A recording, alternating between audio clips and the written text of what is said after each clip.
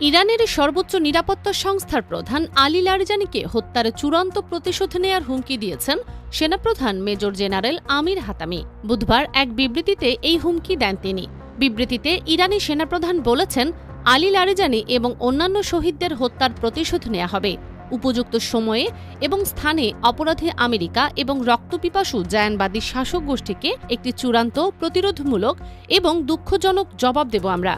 এদিকে পৃথক এক বিবৃতিতে আইআরজিসি জানিয়েছে, আলী লারিজানির হত্যার প্রতিশোধ নিতে ইতিমধ্যেই ইসরায়েলের কেন্দ্রস্থলে একগুচ্ছ ক্ষেপণাস্ত্র নিক্ষেপ করা হয়েছে। মঙ্গলবার স্থানীয় সময় দুপুরের দিকে তেহরানে আলী লারিজানিকে লক্ষ্যবস্তু করে বিমান অভিযান পরিচালনা করে আইডিএফ। হামলার পর তাৎক্ষণিক প্রতিক্রিয়ায় আইডিএফ জানায় লারিজানি নিহত অথবা আহত হয়েছেন।